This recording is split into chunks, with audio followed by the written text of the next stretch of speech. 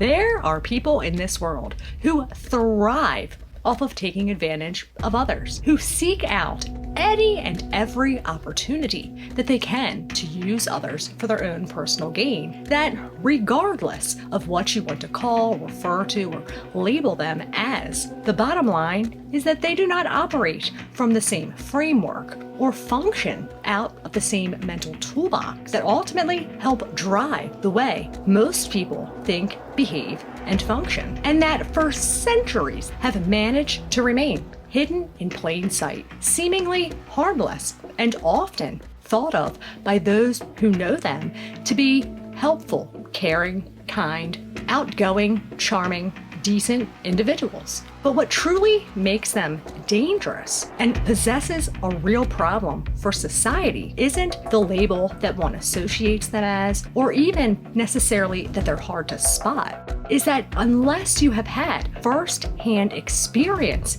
dealing with them, most can't fathom or want to believe that these people truly exist, which is precisely what these individuals rely, depend on, and do everything they can to ensure that it remains as such. And though there's no question about the level of difficulty that comes from within being able to get your head wrapped around, because it is legitimately impossible to try to make sense of it coming from the same context that you would go about trying to make sense of something you yourself or most others did or said. But if you try looking at it from a different angle, it can actually make it quite easy to grasp.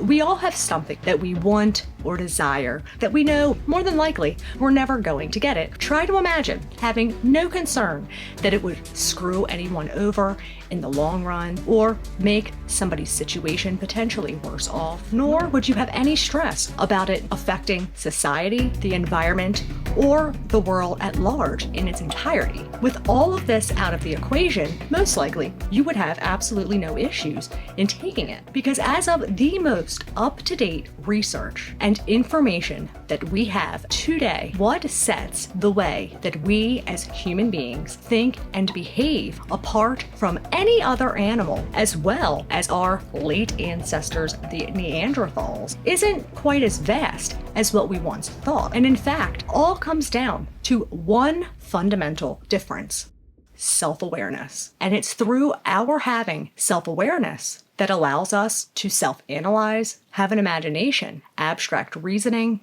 morality, and cultural understanding, to which lies the most important part in being able to grasp or make sense of, let's just, for the sake of simplicity, refer to it as narcissistic personality disorder. By default, also incorporates psychopaths and sociopaths, as per the literature states, are in fact too narcissists, which is a disorder rooted from there being a lack of being able to differentiate self from others, result from not forming a secure attachment with their caregiver in infancy and early childhood that can stem from a multitude of factors, including, but not limited to, neglect, inconsistencies in care, illness or hospitalization of a primary caregiver, illness and hospitalization of the infant, incompatibilities within personalities, primary caregiver enduring abuse, high levels of stress due to any number of things, environmental factors, and the numerous other unexpected curveballs that life throws, as well as thought and suggested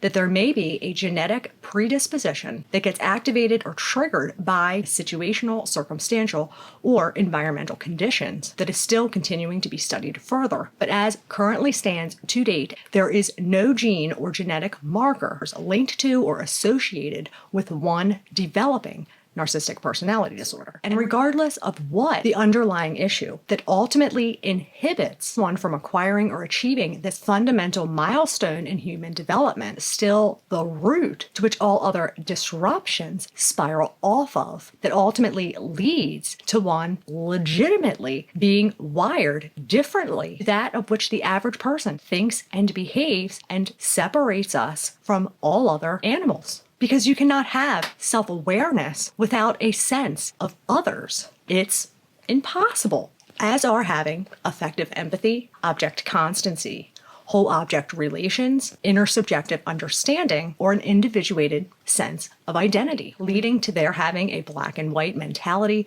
way of thinking, and where this false self comes into play. Developed early on in childhood as a defensive mechanism, that though serves a purpose when it's originated, when carried over into their adulthood, no longer serves the same purpose and goes from being a defensive mechanism to an offensive mechanism, to that of which they are determined to protect at all cost, leads to these delusions of superiority and grandiosity, envy, victimhood, leaving them dependent on external sources to fuel any kind of self-esteem, cognitive distortions, projection, immorality, relational antagonism, and masking necessary in order for them to fit in with social norms. And because they are cognitively intact, they're able to distinguish right from wrong, and what gives them the ability to be able to come off and appear normal through learned behavior and trial and error, able to manipulate others in order for them to get what they want out of you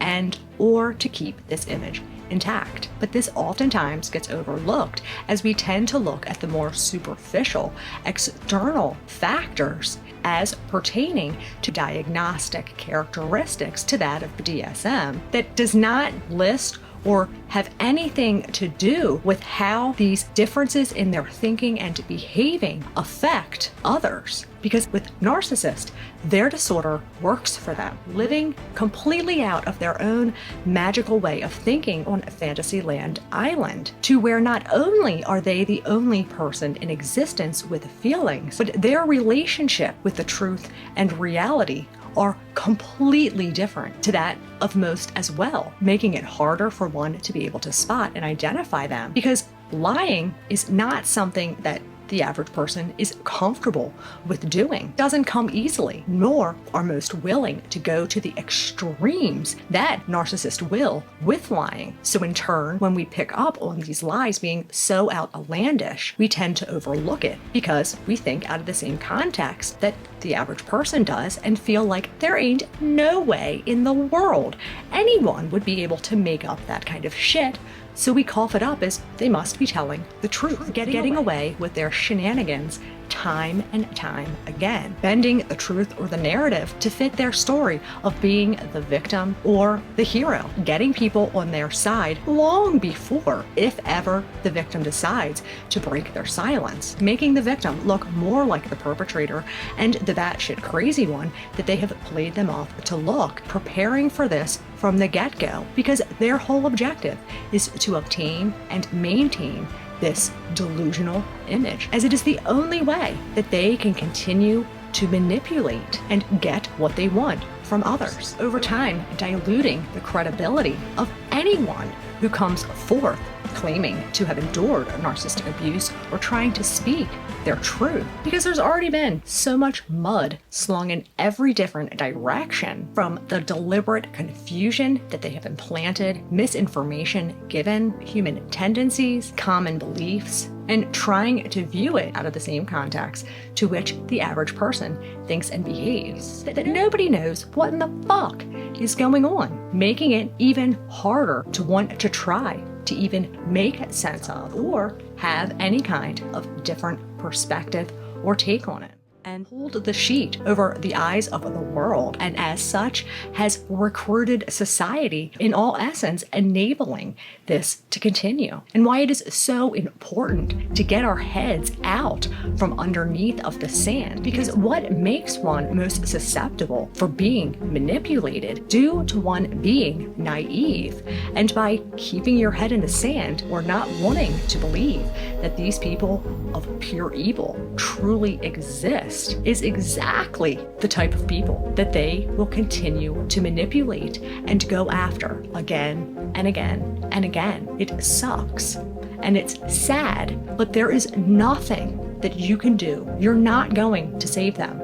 You're not going to fix them. No amount of love, compassion, or looking at it in view of pitying them from having a disorder is going to change a damn thing, because their disorder works for them. They are committed to being broken, and nobody deserves what these people bestow. nobody. Focus on you.